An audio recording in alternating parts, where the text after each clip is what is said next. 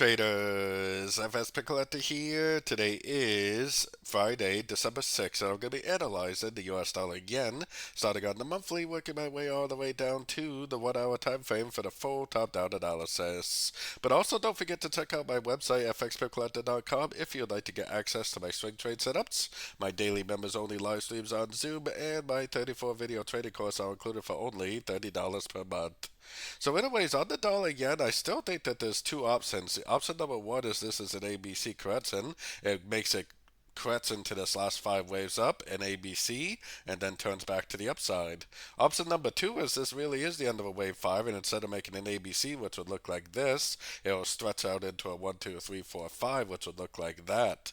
It's literally the exact same pattern until it gets to about this point right here, which is why to me it definitely doesn't matter whether it's an ABC or a 1, 2, 3.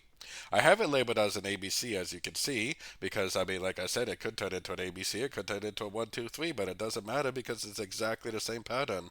I still think this is an A, I still think this move up is a B. It kind of looks to me like it is already ended the wave B, and if it has, it's just going to keep on trending down for a wave C.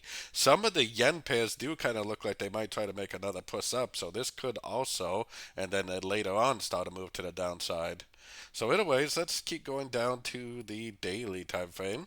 So the trend is definitely down on the daily. Yes, we have been pushing up a little bit, but the trend is definitely down, and to me it totally looks like a 1, 2, 3. It looks like if anything we're in a wave 4 and maybe it'll go down and make a wave 5. Then if it goes up and breaks structure, that's what would turn me back into a buyer. But we have to keep in mind that this, if this really is the end of a wave B up here, then this may not be a wave 5. It may just be a subdivision of a much bigger downtrend, which would be good news for us if we're looking for shorts primarily, which we are. Going down to the 4 hour time frame is where I got my Fibonacci retracement on this whole push down right here. To me, it looks like an A. It looks like a wave B.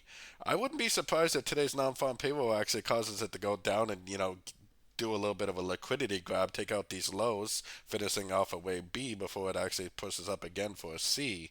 I personally think we're in a wave 4 right now. I think this is a wave 3, and I think we're going to go down again for a wave 5.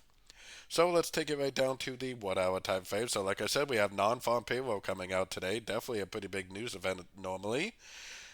To me, I do think this is a wave A. The question is the correction over already? If I mean, we do have 3 waves down, so the correction could be over. It could potentially just keep on going up like that.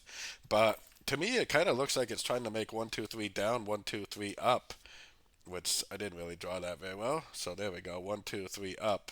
If that's true, then it might actually make one more push down, make a liquidity grab, and then start a push to the upside to complete this ABC of wave 4, which I think would make a lot of sense because non-farm payroll does quite often make these spike reversals. So maybe it's going to go down, grab liquidity, and then reverse to the upside, finishing off the wave C of wave 4.